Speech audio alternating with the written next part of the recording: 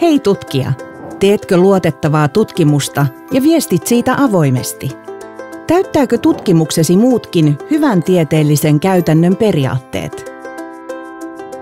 Hyvä tieteellinen käytäntö koostuu menettelytavoista, jotka löydät tutkimuseettisen neuvottelukunnan HTK-ohjeesta.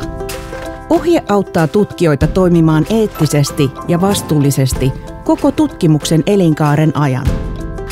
Millaista hyvä ja eettisesti kestävä tutkimus sitten käytännössä on? Kuvitellaanpa, että monitieteinen tutkimusryhmä tutkii ilmastonmuutosta.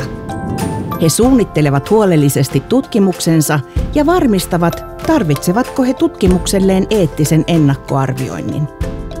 He hankkivat tarvittavat luvat ja suostumukset, sopivat tekijyyden periaatteista ja tekevät aineiston hallintasuunnitelman. Kun tulokset julkaistaan, he kunnioittavat muiden työtä, ilmoittavat rahoituslähteet ja kertovat tuloksista avoimesti ja rehellisesti. Lisäksi he ilmoittavat mahdolliset sidonnaisuutensa, kun he osallistuvat asiantuntija- ja arviointitehtäviin. Aineistojen avoimuutta ja jatkokäyttöä edistetään mahdollisuuksien mukaan. Hyvien tieteellisten menettelytapojen noudattamatta jättäminen voi johtaa tiedevilppi-epäilyyn ja HTK-prosessiin.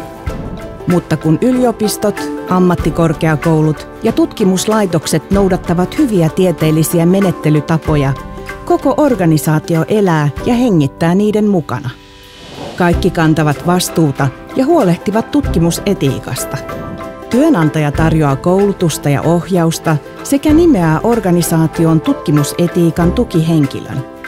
Avoimuus ja toisten kunnioittaminen toteutuvat luonnollisesti hyvää tieteellistä käytäntöä noudattavassa organisaatiossa.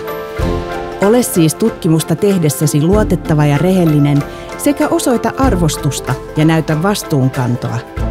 Näin noudatat osaltasi hyvää tieteellistä käytäntöä.